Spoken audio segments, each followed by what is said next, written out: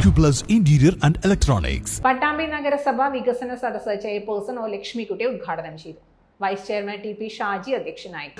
നമുക്ക് ഫ്രീ ആയി സേവനം നൽകാൻ സാധിച്ചു.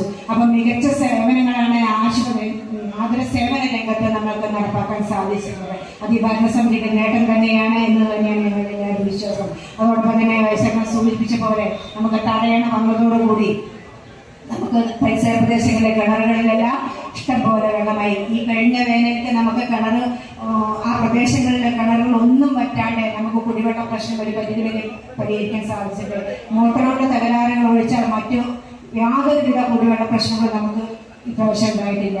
ഇപ്പോൾ റോഡ് വർക്ക് കാരണം കൊണ്ടാണ് നമുക്ക് കുറച്ച് ദിവസം കുടിവെള്ളം നേരിട്ടത്. എന്തായിരുന്നാലും അതിന് ശാശ്വത പരിഹാരം എന്ന രീതിയിലുള്ള പ്രവർത്തനമാണ് ഇപ്പോൾ നടക്കുന്നത്.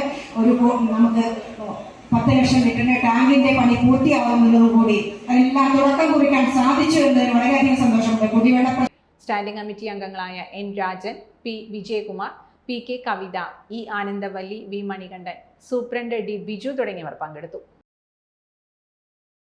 Time kids pre school, Mannanoor road, Vaniyamkulam. .view news. കാഴ്ചകളാണ് ലോകം, കണ്ടു തുടങ്ങുക.